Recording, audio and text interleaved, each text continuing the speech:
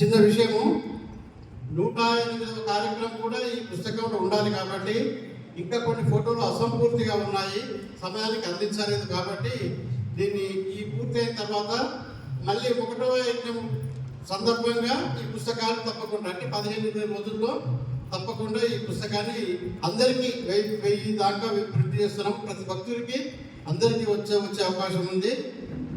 ఈ సందర్భంగా పూజ స్వామీజీ గారి ప్రత్యేక సంచిక గురించి వారికి సందేశం ఇచ్చారు. ఆ సందేశాన్ని మనం ముందు వినిపిస్తారు.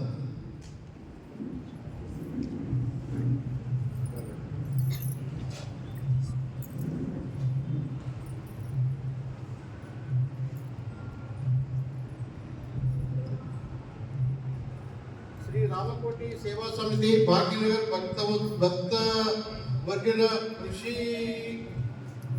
కృషివర్గంతో నిర్వహిస్తున్న పవిత్ర కార్యముగా 108వ రామకోటి గీతా జ్ఞాన యజ్ఞము బృందావనం పుణ్యక్షేత్రంలో నిర్వహించబడుతున్న సందర్భంగా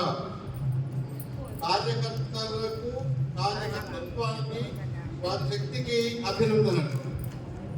పూజ్య శ్రీ శ్రీ శ్రీ నిత్యశుద్ధానందగిరి స్వాముల వారిచే స్థాపించబడిన శ్రీ రామకోటి జపయజ్ఞ గీతాజ్ఞాన యజ్ఞముల పరంపరగా ఆశ్రమం తరపున నిర్వహిస్తున్న ఈ యజ్ఞము బహుదా ఆనందకరం.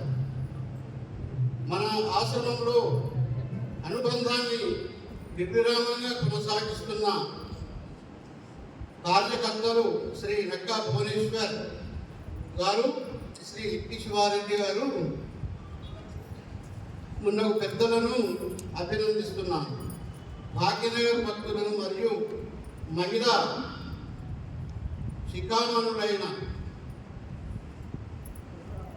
అమ్మవార్లను ముందుకు నడిపిస్తూ ఆదర్శంగా నడుస్తున్న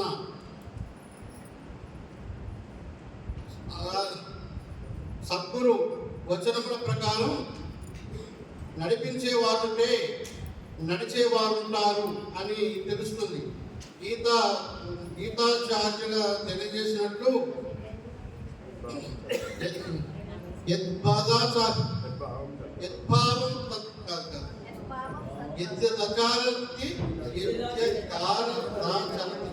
శ్రేష్ఠ. ఉదాహరణకు తీసుకుంటే కృషి ఫలితం ఫలిస్తుంది. ఈ యజ్ఞంలో ప్రత్యేక సంచిక 108వ యజ్ఞమును పూర్తి అయిన సందర్భంగా విడుదల చేస్తున్న శుభతరుణం కోసము రాస్తున్న ఈ ఆశీర్వాద సందేశమును ముద్రణ చేయుటకు నిర్ణయించటం సంతోషం. ఈ కార్యంలో పాల్గొంటున్న స్వాములకు, సంచిక ముద్రణ దాతలకు, కార్యదాతలకు, కార్యకర్తలకు శుభాభినందనలు. అలాగే సద్బుద్ధిని ప్రసాదించి క్షేమయోగములు పొందాలని భగవంతుని అర్థిస్తున్నాను. ఇట్లు శ్రీ శ్రీ శ్రీ పరమాత్మానందగిరి స్వామి వారి సందేశం ఈ సందర్భంగా ఇచ్చినందుకు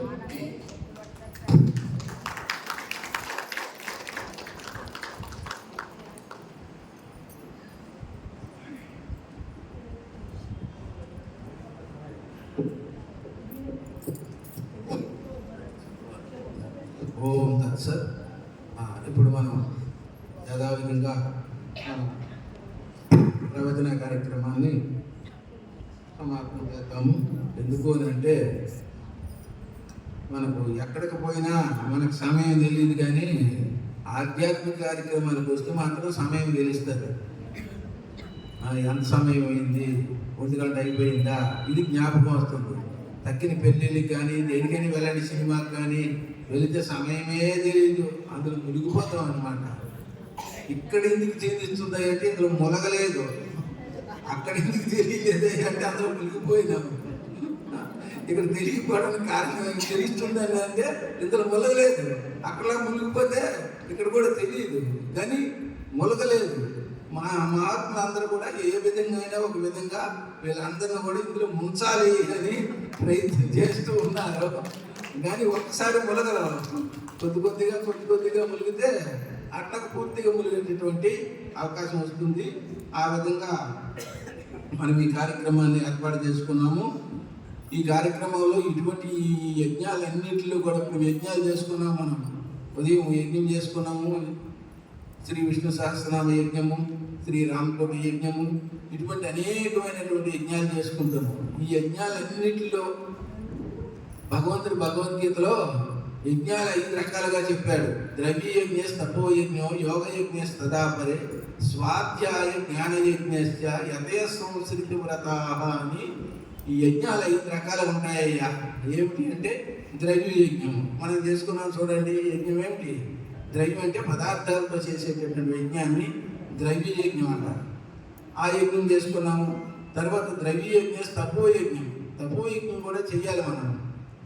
మనకు భగవద్గీతలో ఉంటుంది 17వ అధ్యాయంలో. మనం తపోయజ్ఞం అంటే 3 రకాలుగా భగవంతుడి గురించి తప్పించాలా. ఏమిటి? శరీరం ద్వారా భగవంతుడి గురించి తప్పించాలా, వాక్కు ద్వారా భగవంతుడి గురించి తప్పించాలా, మనసు ద్వారా భగవంతుడి గురించి తప్పించాలా. కానీ మనం ఏం చేస్తున్నాము? ఈ 3 ద్వారా సంసారం గురించి తప్పిస్తున్నాము. ఈ 3 ద్వారా సంసారం గురించి తప్పిస్తే భగవంతుడు కూడా నీకు సంసారం ఇస్తూ ఉన్నాడు. ఎవడు ఏ విధంగా తప్పిస్తే వాడికి అది ఇస్తాడు భగవంతుడు. మనం సంసారం గురించి తప్పిస్తే మనకు సంసారం ఇస్తున్నాడు. అదే రామకృష్ణ పరమహంస దేవి గురించి తప్పించినాడు కాబట్టి ఆయనకి దేవి ప్రత్యక్షము అయింది. అందు గురించి మనం కూడా భగవంతుడి గురించి తప్పించాలి. అది తపోయజ్ఞం అని, యోగ యజ్ఞం అని 8 రకాలుగా యోగ యజ్ఞం ఉంటుంది. యమ, నియమ, ఆసన, ప్రాణాయామ, ప్రత్యాహార, ధారణ, ధ్యాన, సమాధి అని 8 రకాలు ఉంటుంది యోగ యజ్ఞం.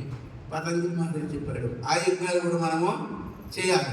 తర్వాత స్వాధ్యాయం అని అంటే